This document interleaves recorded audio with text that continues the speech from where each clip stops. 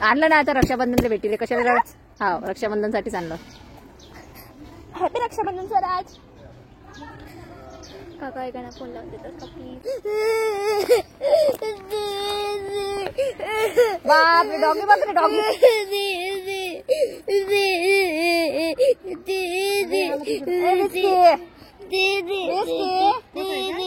नाव आहे ना त्याचं. तर अचानकपणे आम्ही स्वराजच्या हॉस्पिटलला पोहोचलो आणि तिथे गेल्यानंतर स्वराने आणि स्वराजने रक्षाबंधन साजरं केलं. आणि हा व्हिडिओ बघून तुम्ही इतकं रडणार आहे ना की भाई भावाचं प्रेम किती मस्त असते. आणि खरंच बालपणच खूप चांगलं असते की तेव्हा एकमेकाची ओढ असते आणि एकमेकांवर भरपूर प्रेम असते. तर चला आजचा रक्षाबंधनचा व्हिडिओ शेअर करूया.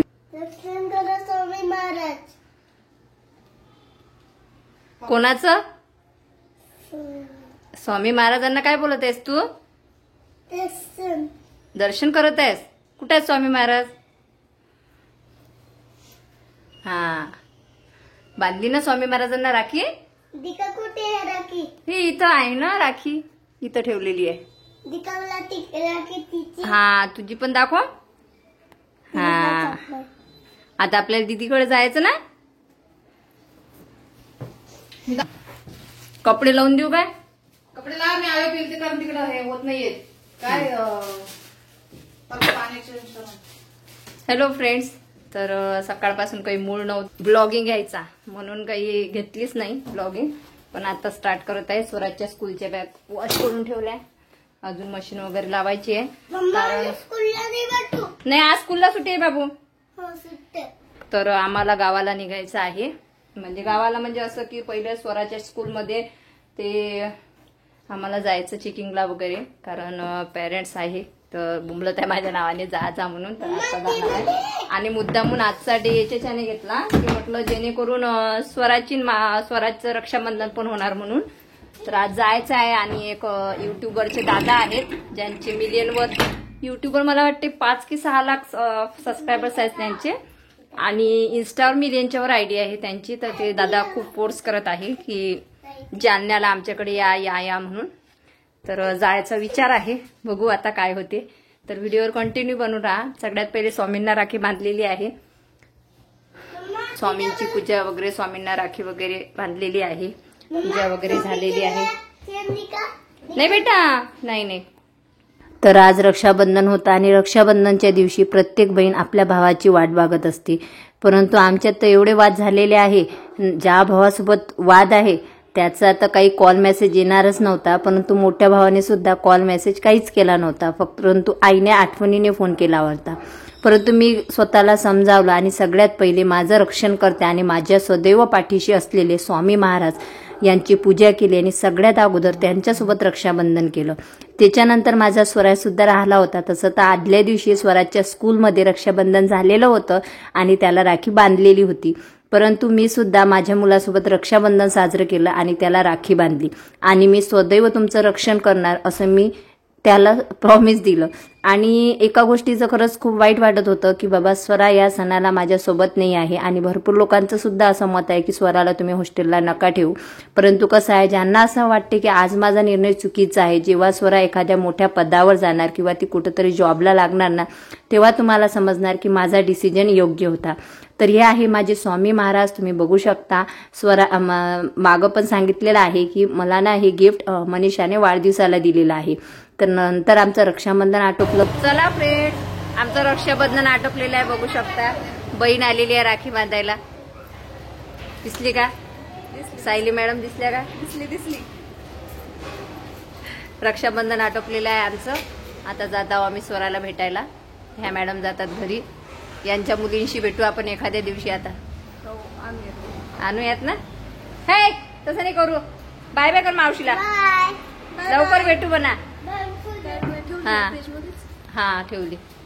तर ही आहे सायली जी तुम्हाला आता दाखवली. तर तिचं पार्लर आहे आणि खूप छान मुलगी आहे. आणि ती बोलत होती की मला ताई बहीण भाऊ कोणीच नाही, मी एकटी आहे. परंतु तुम्हाला पाहिल्यानंतर असं वाटते माझी मोठी बहीण माझ्यासोबत आहे. तुम्ही खूप छान समजावून सांगता आणि तुमच्यात मला माझी मोठी बहीण दिसते. त्याच्यामुळे मला तुम्हाला राखी बांधायची आहे. आणि म्हणून मग ती माझ्या घरी आली आणि मी तिच्याकडून राखी बांधून घेतली. म्हणजे माझ्या हातावर पहिली जर कोणी राखी बांधली असेल ना ती सायलीने बांधलेली आहे. त्याच्यानंतर स्वराला तिकडं आम्ही भेटायला जात होतो म्हणून तिच्यासाठी एक गिफ्ट घेतलं. त्याच्यानंतर मस्तपैकी तिच्यासाठी चॉकलेट घेतलेलं आहे आणि फायनली आम्ही आणलं ना आता रक्षाबंधनला भेटीले कशाला. हा रक्षाबंधनसाठीच आणलं. हॅपी रक्षाबंधन स्वराज.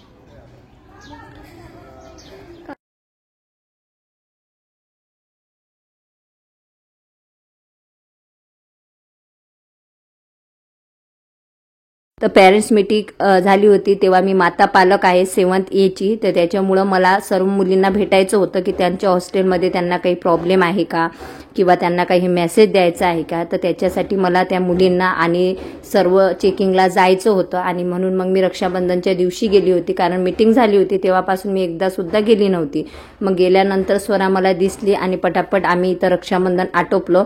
काही रक्षाबंधन साजरं करायला गेलो नव्हतो परंतु मग गेलो तर म्हटलं चला या निमित्ताने रक्षाबंधन सुद्धा साजरं झालं. थोडा अशी मला घबराटी होती कारण कसं आहे बाकीच्या मुलींना कोणी राखी वगैरे बांधणारं नव्हतं परंतु आपण गेलो म्हणून आपण रक्षाबंधन केलं. परंतु थँक्यू सो मच की मला त्या दिवशी समजा माता पालक म्हणून शाळेत एंट्री भेटली आणि मुलींना सुद्धा भेटली मी बाकीच्यांना. प्लस मी स्वरा आणि स्वराजचं रक्षाबंधन केलं आणि मी सुद्धा स्वराला राखी बांधलेली आहे. आणि मला माहिती आहे मीच माझ्या मुलांची सर्व काही आहे त्याच्यामुळे मलाच माझ्या मुलांचं रक्षण करायचं आहे. तर ही मुलगी होती स्वराची फ्रेंड. मग म्हटलं चला तिला पण रक्षाबंधन करूया कारण बिचारी ती पण कोणाची तरी मुलगी आहे, ती पण कोणाची बहीण आहे, ती पण कोणाची तरी वाट बघत होती. तर तिच्यासोबत सुद्धा आम्ही रक्षाबंधन साजरं केलं. आणि नंतर ती बोलली की मला स्वराजला राखी बांधायची आहे. नंतर एक्स्ट्रा राखी घेऊनच गेलो होतं तर तिने सुद्धा स्वराजला राखी बांधलेली आहे. तर अशा पद्धतीने आम्ही रक्षाबंधन केलं. त्याच्यानंतर मी डॉममध्ये एंट्री घेतली आणि तिथं मुलींना विचारलं काही प्रॉब्लेम्स वगैरे आहे का म्हणून. दे दीदीला गिफ्ट दे ड्रेस आणि ते गिफ्ट दे दीदीने तुला राखी बांधली. थँक्यू. अरे बापरे एवढे साले की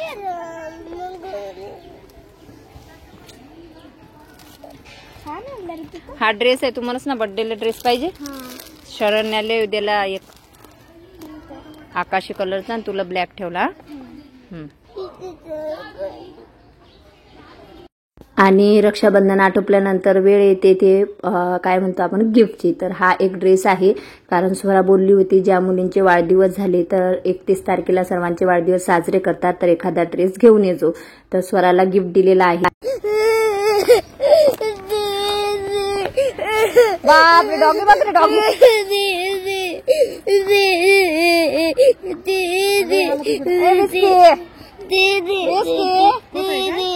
नाव आहे ना त्याचं.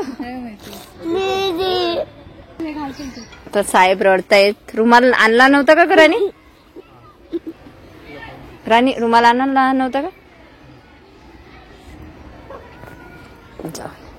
लाव याच्या कानाला लावते रॅबिटला. हा तुझ्या बॉटल राहिल्या घरी. दीदी दीदी दीदी लय रडतोय बाबा. दीदीसाठी आम्ही लय रडत आहोत.